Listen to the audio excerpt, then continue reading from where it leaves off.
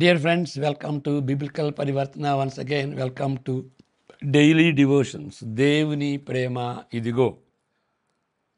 ఈ దినానికి సంబంధించినటువంటి వాక్య భాగం 2 రాజులు 16వ అధ్యాయం. మనం కొన్ని వచనాలు మాత్రం చదువుకుందాం. ఇక్కడ ఆహాజు రాజు గురించి మనం తెలుసుకుందాం. 2 అధ్యాయాల తర్వాత హెజ్కియా రాజు ఉంటాడు. ఆహాజు రాజుని హెజ్కియా రాజుని పోల్చుకుంటే ఒక గొప్ప ఆత్మీయ పాఠాన్ని మనం నేర్చుకోవటమే కాకుండా దాన్ని బట్టి మనం ఆత్మీయంగా బలపడగలం. ఆహాజు హెజ్కియా రాజులను పోల్చండి, ఆత్మీయంగా బలపడండి. ప్రార్థన చేసుకుందాం. May the words of my mouth and the meditation of our hearts be acceptable in thy sight, our rock and redeemer. Amen. మరలా చెప్తున్నాను, ఈ వాక్య ధ్యానాలు, అనుదిన ధ్యానాలు, వాటిలో ప్రత్యేకత ఏంటి అంటే నిజంగా వాక్యాన్ని చదువుకుని, బైబిల్ చదువుకుని, దానిలో ఉన్నటువంటి జ్ఞానాన్ని పొంది దానికి విధేయత చూపించాలి అంటే సరైనటువంటి రీతిగా అర్థం చేసుకోవాలి. ఈ విధంగా చదవకపోతే మనం ఎప్పుడూ ఆత్మీయంగా ఎదగలేం. ఏదో పరిగెడుకున్నట్టుగా అక్కడక్కడ మనం కొన్ని టాపికల్గా మెసేజెస్ చూస్తాం, కానీ సందర్భం అనేది మనం గమనించుకోం. సందర్భం లేకపోతే మన సందర్భాల్లో దేవుడు మనతో మాట్లాడటానికి సాధ్యం ఉండదు అసలు. కాబట్టి ఈ ఈ విధంగా వాక్యం చదువుకోవటం చాలా ముఖ్యం. బోరింగ్గా ఉంటే వాక్యం చదువుకుంటే బోరింగ్గా ఉండదు. అంటే మన పరిస్థితుల్లో అలాంటి పరిస్థితుల్లో వెళ్ళట్లేదు అన్నమాట. ఆ విధంగా మనం వాక్యాన్ని చదువుకోకపోతే ఎప్పుడు కూడాను ఆత్మీయంగా మనం బలపడం. పాత నిబంధనలో ఉన్నటువంటి ఈ సంఘటనలు ఎందుకు రాయబడినాయి అంటే మనం పాఠం నేర్చుకోవటానికి, అంతకుముందు ఏ విధంగా దేవుడు పనిచేశాడు అనేటువంటి ఆ గంభీరమైనటువంటి ఆ యొక్క సందర్భాలని, ఆ సంఘటనని మనకి దేవుడు ఆ ఉద్దేశంతో రాశాడు. మనం బలపడాలి ఆత్మీయంగా అనేటువంటి ఉద్దేశంతో మనం దేవుడు వ్రాయించాడనమాట సంఘటనలు. కాబట్టి ఈ సంఘటనలను నేర్చుకోవాలి. ఏమన్నది అని వాక్యాన్ని చదువుకోవాలి. ఓకే, ఇప్పుడు 2వ రాజులు 16వ అధ్యాయం మరి మనం 18 వరకు చదువుకుందాం. రెమల్యా కుమారుడైన పెకహు ఏలుబడిలో 17వ సంవత్సరమందు యోధారాజైన యోతాము కుమారుడగు ఆహాజు ఏలనారంభించెను. ఆహాజు ఏలనారంభించినప్పుడు 20 ఏండ్లవాడై యెరూషలేమునందు 16 సంవత్సరములు ఏలెను. తన పితరుడగు దావీదు తన దేవుడైన యెహోవా దృష్టికి నీతిగా ప్రవర్తించినట్లు అతడు ప్రవర్తింపక ఇశ్రాయేలు రాజులు ప్రవర్తించినట్లు ప్రవర్తించాను. ఇశ్రాయేలు రాజులు, ఈయన దక్షిణ దేశానికి అంటే యోధా దేశానికి సంబంధించినటువంటి రీతి అయినప్పటికీ ఉత్తర దేశంలో ఉన్నటువంటి రాజులు ప్రవర్తించినట్టుగా ప్రవర్తించాడు. చాలా సీరియస్ ఇది. అతడు ఇశ్రాయేలీల ముందర నిలవకుండా యెహోవా వెళ్ళగొట్టిన జనులు చేసిన హేయమైన క్రియలు చేయుచు తన కుమారుని అగ్నిగుండమును దాటించాను. చాలా సీరియస్ అది. దేవుడు చెప్పాడు, మీ పిల్లల్ని బలిగా అర్పించవద్దని. అదే ఆహాజు చేశాడు. మరియు అతడు ఉన్నత స్థలములలోను కొండ మీదను సమస్తమైన పచ్చని వృక్షముల క్రిందను బలులు అర్పించుచు ధూపము వేయుచు వచ్చెను. సిరియా రాజైన రెజీనును ఇశ్రాయేలు రాజైన రెమల్యా కుమారుడగు పెకహును యెరూషలేము మీదికి యుద్ధమునకు వచ్చి అక్కడనున్న ఆహాజును పట్టణమును ముట్టడి వేసిరి గాని అతనిని జయింపలేకపోయిరి. ఆ కాలమందు సిరియా రాజైన రెజీను ఏలతును మరలా పట్టుకొని సిరియనుల వశము చేసి ఏలతులో నుండి యూదా వారిని వెళ్ళగొట్టగా సిరియన్లు ఏలత పట్టణమునకు వచ్చి కాపురముండిరి. నేటి వరకును వారచ్చట నే ఉన్నారు. ఇట్లుండగా ఆహాజు యెహోవా ముందర సంబంధమైనట్టియు రాజనగరు సంబంధమైనట్టియు సామగ్రులలో కనబడిన వెండి బంగారములను తీసుకొని అషూరు రాజునకు కానుకగా పంపి, నేను నీ దాసుడను నీ కుమారుడనై ఉన్నాను గనుక నీవు వచ్చి నా మీదికి లేచిన సిరియా రాజు చేతిలో నుండి ఆహాజ్ ఇశ్రాయేలు రాజు చేతిలో నుండి నన్ను రక్షింపవలనని అషూరు రాజైన తిగ్లత్పిలేసరు వద్దకు దూతలను నంపగా అషూరు రాజు అతని మాట అంగీకరించి దమస్కసు పట్టణము మీదికి వచ్చి దాన్ని పట్టుకొని రెజీనును హతము చేసి ఆ జనులను కీరు పట్టణమునకు చెరదీసుకొని పోయాను. రాజైన ఆహాజు అషూరు రాజైన తిగ్లత్పిలేసరును కలుసుకొనుటకై దమస్కు పట్టణమునకు వచ్చి దమస్కు పట్టణమందు ఒక బలిపీఠమును చూచి దాని పోలికను మచ్చును దాని పని విధమంతయును యాజకుడైన ఊరియాకు పంపాను. ఆ నకలు పంపించాడు. కాబట్టి యాజకుడైన ఊరియా రాజైన ఆహాజు దమస్కు పట్టణము నుండి పంపిన మచ్చునకు సమయమైన ఒక బలిపీఠమును కట్టించి రాజైన ఆహాజు దమస్కు నుండి తిరిగి రాక మునిపే సిద్ధపరచను. చూడండి, దేవుడు చక్కగా అసలు ఏ విధంగా దేవుని ఆరాధించాలి అనేటువంటిది, ఆ బలిపీఠం ఎట్లా ఉండాలి, ఆ పోలికలన్నీ మోషే ద్వారా మరి దేవుడు ఆ నమూనా అంతా ఇచ్చేసేసాడు. అక్కడ ప్రత్యక్ష గుడారం ఆ విధంగా కట్టబడింది. అదే పోలికలో సొలొమోను దేవాలయం కూడా కట్టబడింది. ఈయనైతే ఏం చేశాడు, అక్కడ అన్యులకు సంబంధించినటువంటి ఆరాధన పరిస్థితి, ఆ బలిపీఠం ఆ పరిస్థితిని అక్కడి నుండి ఆ నకలు తీసుకొచ్చి ఇక్కడ యెరూషలేములో ఆ విధంగా కట్టమని చెప్పాడు. రివర్స్ చేసేసాడు. అంత దుర్మార్గుడు. అంతటా 12వ వచనం, అంతటా రాజు దమస్కు నుండి వచ్చి బలిపీఠమును చూచి ఆ బలిపీఠమునద్దకు వచ్చి దాని ఎక్కి దహన బలిని నైవేద్యమును అర్పించి పానార్పణము చేసి తాను అర్పించిన సమాధాన బలి పశువుల రక్తమును దాని మీద ప్రోక్షించను. మరియు యెహోవా సన్నిధి నున్న ఇత్తడి బలిపీఠము మందిరము ముంగిట స్థలము నుండి అనగా తాను కట్టించిన బలిపీఠమునకు యెహోవా మందిరమునకును మధ్య నుండి తీయించి తాను కట్టించిన దాని ఉత్తర పార్శ్వమందు దానిని ఉంచెను.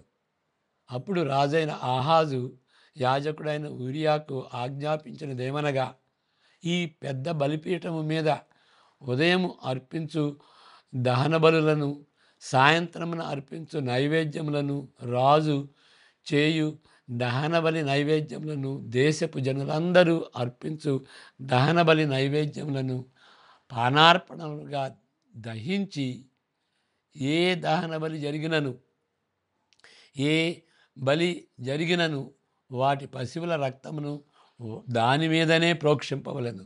అయితే ఈ ఇత్తడి బలిపీఠము దేవుని యొద్ద నేను విచారణ చేయుటకు ఉంచవలెను. కాగా యాజకుడైన ఊరియా రాజైన ఆహాజు ఆజ్ఞ చొప్పున అంతయు చేసెను. మరియు రాజైన ఆహాజు స్తంభముల అంచులను తీసివేసి వాటి మీదనున్న తొట్టిని తొలగించెను. ఇత్తడి ఎండ్ల మీదనున్న సముద్రమును దింపి రాతి కట్టు మీద దానిని ఉంచెను.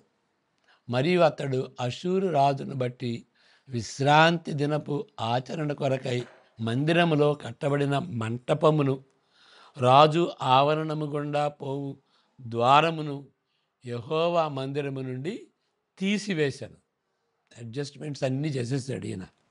చాలా సీరియస్ అన్నమాట. యెహోవా దేవుణ్ణి ఆరాధించాడు.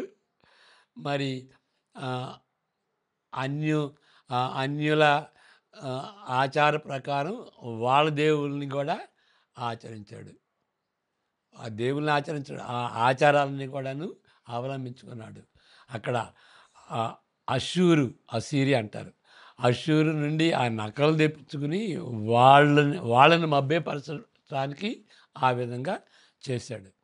ఇప్పుడు ఈ విధంగా దీనికి బ్యాక్గ్రౌండ్ కొంచెం అర్థం చేసుకుంటే మరలా దీన్ని మీరు చదవండి, ఈ అర్థంతో మరలా చదవండి. అప్పుడు మీకు కొంచెం దానిలో ఉన్నటువంటి అర్థం ఏంటి, ఈ అధ్యాయంలో ఏమున్నది అని కొంచెం మీకు అర్థమవుతుంది. రెండు విషయాలు మనం గమనించాలి. ఒకటేంటంటే ఉత్తర రాజులు, ఇప్పుడు రాజుల గ్రంథం, మరి దినవృత్తాంతాల గ్రంథం, ఈ రెండు ఒకటే ఉన్నట్టుగా ఉంటుంది, కానీ కొంచెం భేదం ఉన్నట్టుగా ఉంటుంది. రెండు కూడాను ఉత్తర రాజ్యం గురించి, అంటే ఆ 10 గోత్రాల గురించి, ఈ 2 గోత్రాల గురించి, యోధా గోత్రం, ఈ ఇశ్రాయేలు రాజ్యం, వాటిని గురించి రాజుల గ్రంథాలు చెబుతున్నాయి, దినవృత్తాంత గ్రంథాలు కూడా చెబుతున్నాయి. కానీ దానికి కేటాయించబడినటువంటి ఆ స్థలాన్ని ఎంతవరకు, ఎన్ని అధ్యాయాలు, ఎన్ని వచనాలు కేటాయించారు అని దాన్ని కూడా పరీక్షించినప్పుడు మనకు అర్థమయ్యేది ఏంటి అని అంటే, ఈ రాజుల గ్రంథాల్లో ఉత్తర రాజ్యంపై కేంద్రీకరించినట్టుగా మనం గమనించాలి. ఈ దినవృత్తాంతాలు అయితే దక్షిణ రాజ్యంపై కేంద్రీకరించినట్టుగా మనం గమనించాలి. రెండు కూడాను ఇద్దరు గురించి, ఉత్తర రాజ్యం గురించి, దక్షిణ రాజ్యం గురించి చెప్తున్నారు. కానీ కేంద్రీకరించడం మాత్రం రాజుల గ్రంథాల్లో ఉత్తర రాజ్యం, మరి దినవృత్తాంతాలు దక్షిణ రాజ్యం. అది గమనించుకోవాలి. రెండో విషయం ఇంకా గమనించాల్సింది ఏంటంటే, ఇక్కడ ఈ 17వ అధ్యాయం వరకు, ఇప్పుడు 2వ రాజులు 17వ అధ్యాయంలో ఏమవుతుందంటే, ఇక్కడ ఉత్తర రాజ్యానికి అంతం వచ్చేసేస్తుంది. మరి 18వ అధ్యాయం నుండి అక్కడ దక్షిణ రాజ్యంపై రాజుల గ్రంథాలు కేంద్రీకరిస్తారు అన్నమాట. ఎందుకంటే ఉత్తర రాజ్యం అయిపోయింది కాబట్టి. ఇక ఇంకా మూడో విషయం గమనించాల్సిన ఏంటి అని అంటే, ఉత్తర రాజ్యాన్ని మీద కాన్సన్ట్రేట్ చేసినప్పటికీ కొన్నిసార్లు దక్షిణ దేశంలో ఉన్నటువంటి రాజులపై కొన్నిసార్లు కేంద్రీకరించబడింది. అలాంటి కేంద్రీకరణ ఈ ఆహాజు వర్ణన అని గమనించాలి. మామూలుగా ఉత్తర రాజ్యంపై ఆహాజు రాజు దక్షిణ దేశానికి సంబంధించినటువంటి ఆయన గురించి మనం ఇక్కడ నేర్చుకుంటున్నాం. ఇప్పుడు ఇంకొక బ్యాక్గ్రౌండ్ ఏంటి అని అంటే, ఇక్కడ అసీరియా ఉంది, ఇక్కడ అసీరియా, ఇక్కడ సిరియా, ఇక్కడ సిరియా, అసీరియా, సిరియా, ఇక్కడ ఇస్రాయేలు, అక్కడ దానికి దక్షిణంగా యోధా.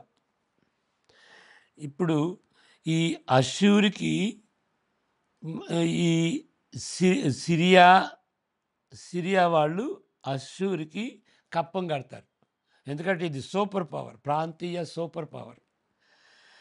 అయితే ఈయన ఏంటంటే ఈ ఈ టర్మ్స్ కొంచెం కొంచెం ఒత్తిడి చేసినట్టుగా ఉంటుంది కాబట్టి ఈయన సిరియా వాళ్ళు ఏమనుకుంటారంటే మనం ఈ ముగ్గురం కలిసి ఈయన మీద దాడెత్తుదాం, ఈ ఐగుప్తు అండ చేరదాం.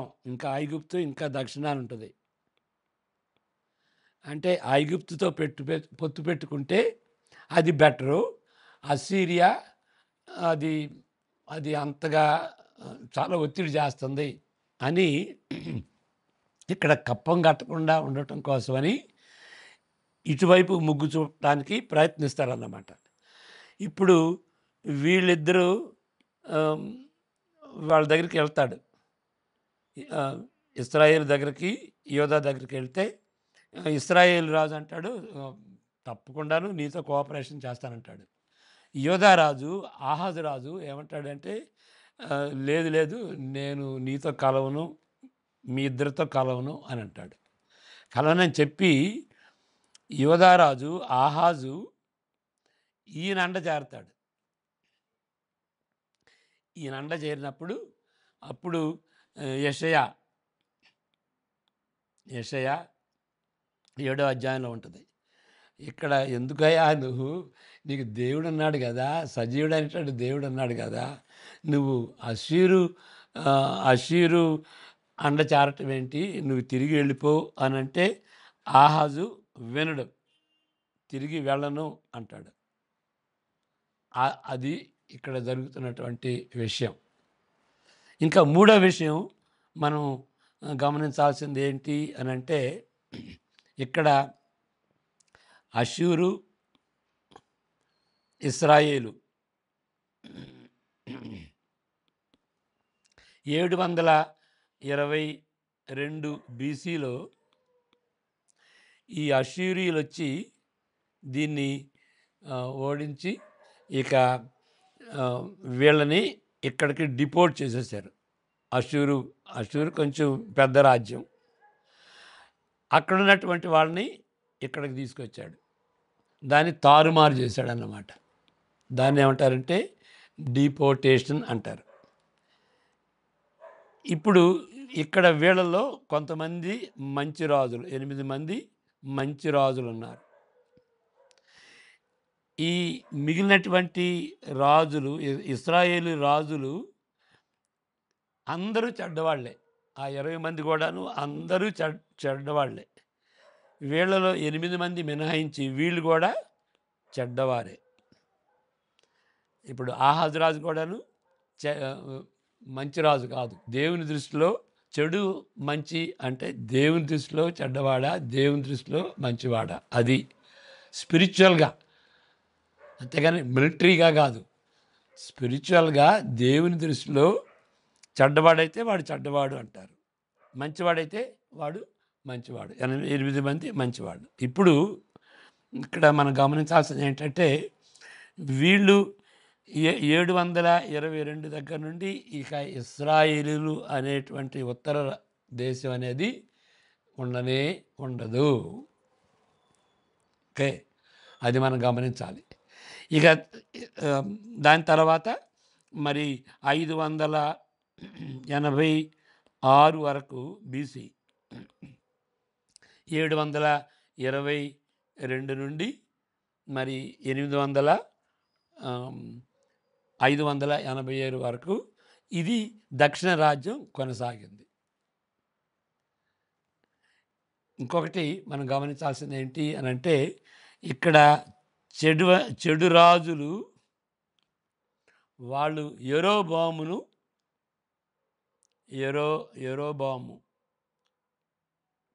ఆయన 2 దూడలు, బంగారు దుండలు చేసి, ఒక దూడ బెతెల్లో, ఒక దూడ డాన్లో 2 పెట్టాడు కదా. ఇశ్రాయేలీలందరూ అక్కడికి వెళ్ళి ఆరాధించాలి అనేటువంటి రీతిగా, ఆ విధంగా ఆయన ఒక చెడులో ఆయన మాదిరయ్యాడు. కాబట్టి ఈ చెడు రాజులందరూ యరొబామును పోలేరు. యరొబాము 1, ఎందుకంటే యరొబాము 2 కూడా ఉన్నాడు. ఆ యరొబాము 2 కూడాను యరొబాము 1ని పోలేడు. వాళ్ళందరూ ఆ విధంగా. ఈ 8 మంది మంచి రాజులు వాళ్ళు దావీదును పోలేరు. దావీదుని పోలే అంటే దావీదు అంత మంచివాళ్ళు కాకపోయినప్పటికీ కానీ కొంతవరకు దావీదును పోలి ఉన్నారు అనేటువంటి ఈ బ్యాక్గ్రౌండ్ మాత్రం మనం తెలుసుకుంటే ఈ 16వ అధ్యాయాన్ని మనం సులువుగా అర్థం చేసుకోగలం. ఈ బ్యాక్గ్రౌండ్తో దయచేసి మరలా చదవండి. వాక్యాన్ని ఒకసారి చదివితే అర్థం కాదు, 2-3 సార్లు చదవాలి. దాన్ని అర్థం చేసుకోవాలి, దాని సందర్భాన్ని అర్థం చేసుకోవాలి. ఆ సందర్భంలో ఏంటి ఏం నేర్చుకోవాలి అని గ్రహించుకుంటే ఆ సందర్భంలో ఆ ఒత్తిడిలో ఆ ప్రమాదంలో మనం వెళ్తూ ఉంటే దేవుడు మనతో మాట్లాడుతున్నట్టుగా అప్పుడు ఎంచుకోవాలి. అంతేగాని ఏదో ఒక వాక్యం తీసుకునే సందర్భం లేకుండా దేవుడు నాతో మాట్లాడాడంటే లేనే లేదు. దేవుడు ఆ విధంగా మాట్లాడు. అది లాటరీ చేసినట్టుగా ఉంటుంది, దేవుణ్ణి వాడుకున్నట్టుగా ఉంటుంది. కాబట్టి నిజంగా దేవుని స్వరం వినాలి అంటే ఈ విధంగా వాక్యాన్ని చదవాలి. మామూలుగా న్యూస్ పేపర్ ఎట్లా చదువుతాం, ఇలస్ట్రేటెడ్ వీక్లీ ఎట్లా చదువుతాం, ఏ గ్రంథాలు ఎట్లా చదువుతాం, అదే విధంగా చదవండి. దానిలో ఏమున్నది? ఆ చదివేటప్పుడు బైబిల్లో ఉన్నటువంటి ప్రత్యేకత ఏంటంటే ఆ విధంగా చదువుతూ అర్థం చేసుకుంటే అప్పుడు దేవుని స్వరం మనం వింటాం. ఓకే, ఇప్పుడు మనం గ్రహించాల్సింది ఇక్కడ మనం చదువుకుందాం. సొలొమోను మరణాంతరం యోధా, ఇశ్రాయేలు వరుసగా, అంటే అదే క్రమంలో రెస్పెక్టివ్లీ అని అంటారు ఇంగ్లీష్లో, దక్షిణ మరియు ఉత్తర రాజ్యాలు అంటే యోధా దక్షిణానికి సంబంధించింది, ఇశ్రాయేలు ఉత్తరానికి సంబంధించింది అని అర్థం. వరుస అని అంటే రెస్పెక్టివ్లీ. ఆ విధంగా విభజింపబడిన తరువాత యోధా ఇశ్రాయేలులు అనుభవించిన లాభ నష్టాలను వివరిస్తున్నప్పటికీ ఏంటి వివరించేది? ఈ రాజుల గ్రంథాలు. ఈ రెండు కూడాను ఉత్తర రాజ్యపు ఈ రెండు కూడాను అంటే రాజుల గ్రంథాలు రెండు కూడాను ఉత్తర రాజ్యపు 10 గోత్రాలపై కేంద్రీకరిస్తున్నవి. ఇందాక చెప్పిందే మళ్ళీ ఎక్కడ చెప్తున్నాను. ఎక్కువ భాగం యోధా కంటే ఇశ్రాయేలు గోత్రాలకు కేటాయించబడినది, స్థలం కేటాయించబడింది. నిజానికి ఉత్తర రాజ్యం చిట్ట చివరిగా కూలిపోయింది 722లో. అది రేపటి దినాన ఆ ధ్యానాన్ని గమనించుదాం. అటు తర్వాత మరి అది కూలిపోయింది కదా 722లో.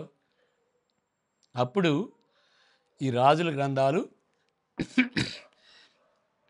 దక్షిణ దేశంపై దృష్టి అంతా దానిపై మరల్చబడింది. వీటిని దినవృత్తాంత గ్రంథాలతో పోల్చితే, అంటే రాజుల గ్రంథాలని దినవృత్తాంత గ్రంథాలతో పోల్చితే,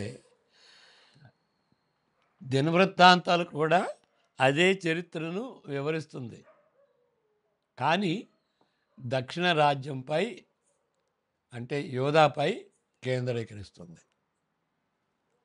అయినప్పటికీ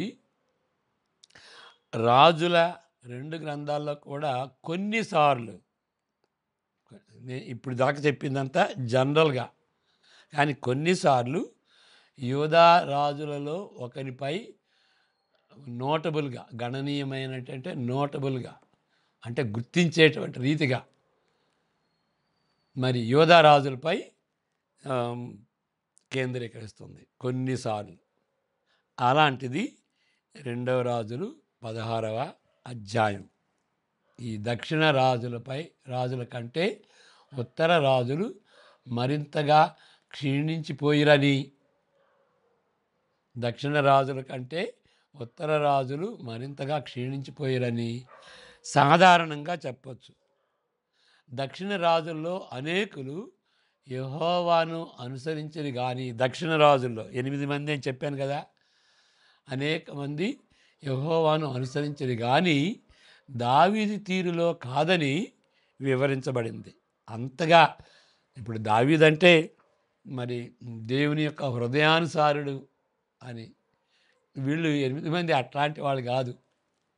చాలా వరకు రైటే, కానీ ఉన్నత స్థలాల్లో అక్కడ ఈ సింక్రటిజం, రాజీ, వేరే వేరే దేశాలతో వేరే మతాచారాలతో రాజీ పడినటువంటి విధంగా వాళ్ళు ఉన్నారన్నమాట. అంతేగాని కంప్లీట్గా దావీదు వలె దేవుణ్ణి హృదయానుసారంగా ప్రేమించి ఆయనకి విధేయత చూపించినటువంటి వాళ్ళు కాదు ఈ 8 మంది కూడా.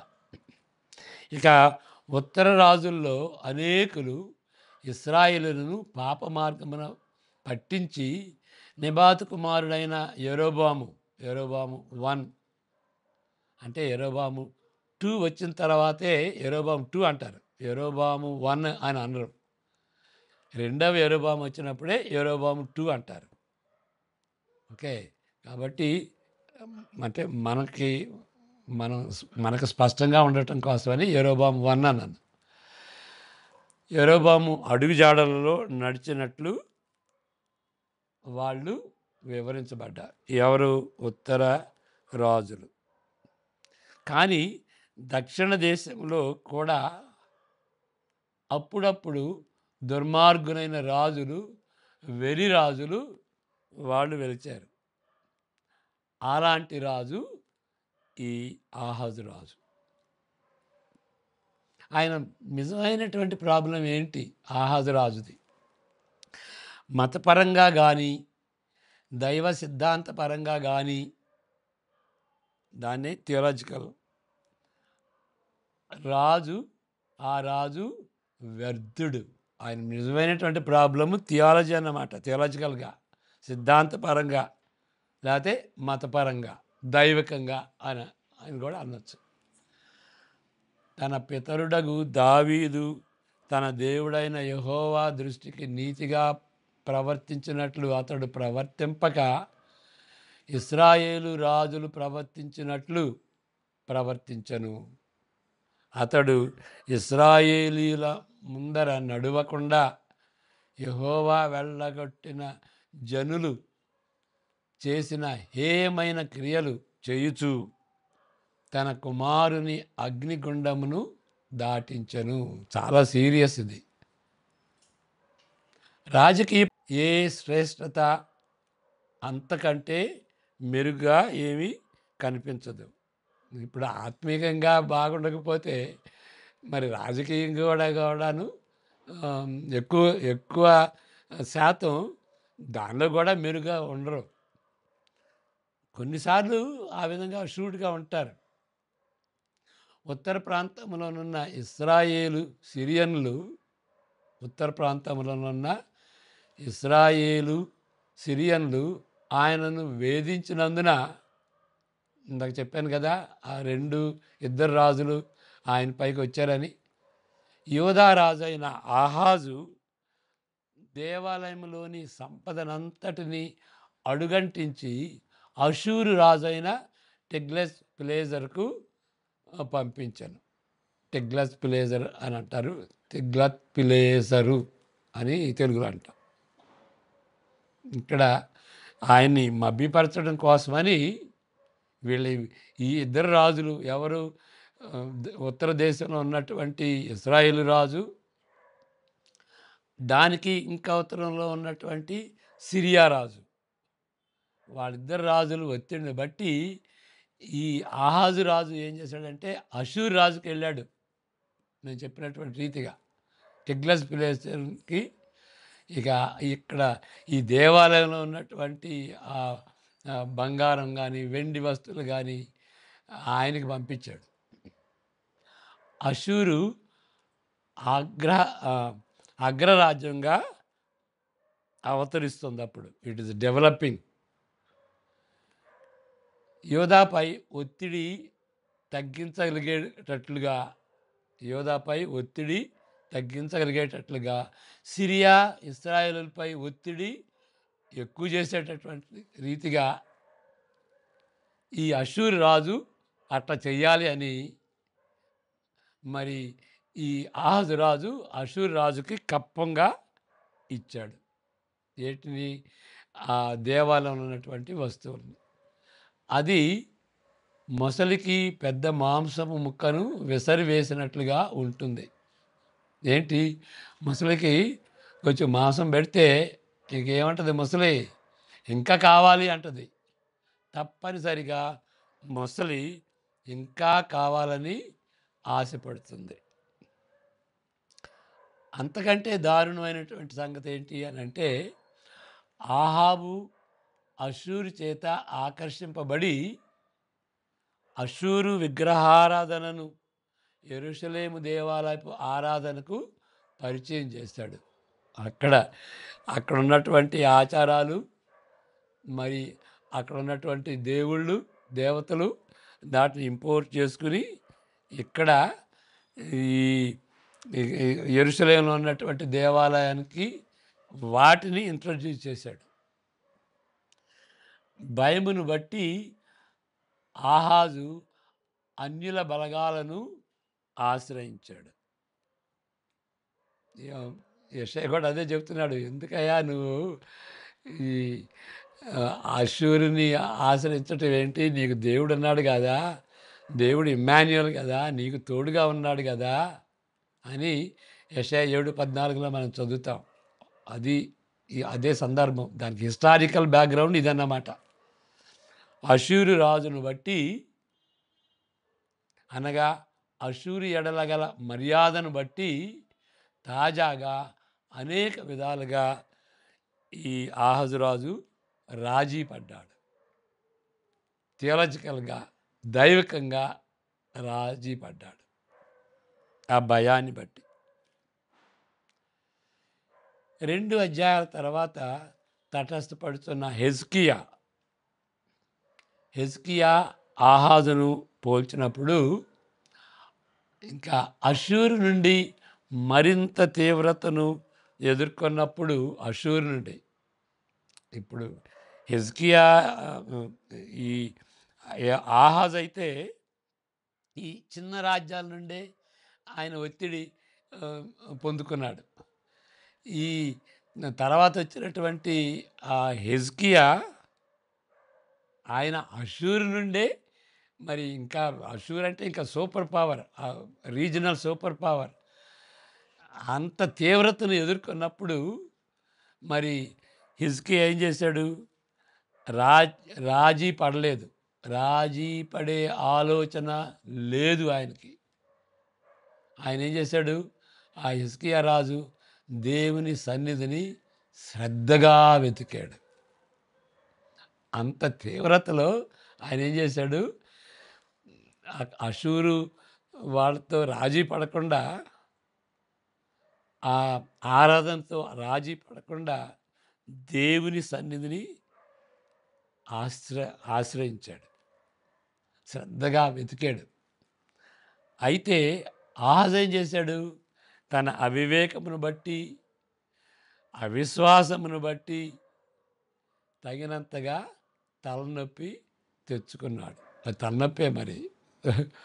అక్కడ దేవాలయంలో ఉన్నటువంటి వస్తువులు ఇచ్చి ఇంకా ఇవ్వాలని, ఇంకా దాంతో ఇచ్చిన దాంతో ఆయన ఆయన ఆయన సంతృప్తి చెందల, ఇంకా కావాలన్నాడు. ఆ విధంగా తలనొప్పి తెచ్చుకున్నాడు. హిజ్కియా మోషే వలె ప్రవర్తించాడు. ఇశ్రాయేలు పితరుల వలె ప్రవర్తించాడు. దేవుడు తన ప్రజలను ఎక్కువ మంది కానీ తక్కువ మంది అనే భేదం లేకుండా వారి నుండి కాపాడాడు.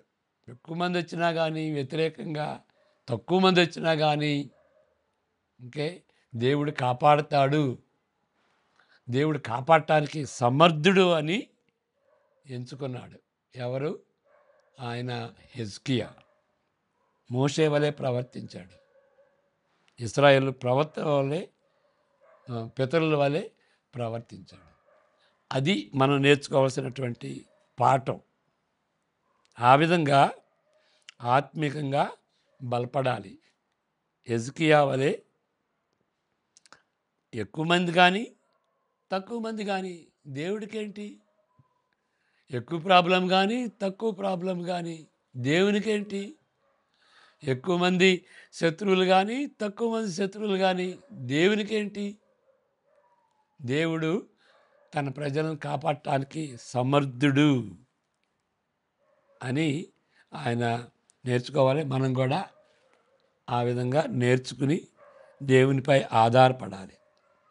దేవునిపై విశ్వాసం, దేవునిపై విశ్వాసం ఎట్లా, ఆ వివేకం విశ్వాసం ఎట్లా వస్తుంది అంటే బైబిల్ చదువుకోవాలి, ప్రార్థన చేసుకోవాలి. ప్రార్థన దేనికి గుర్తు?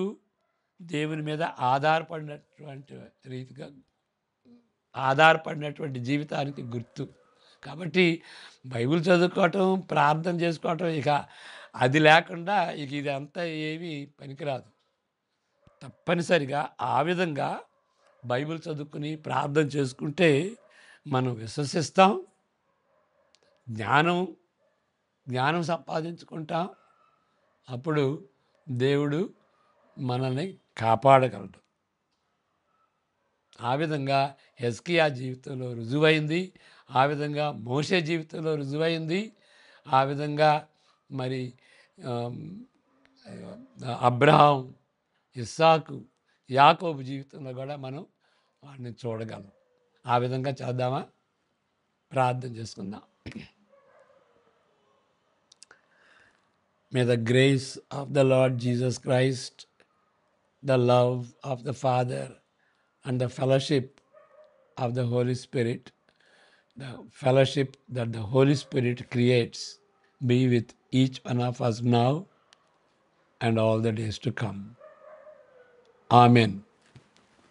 God bless you.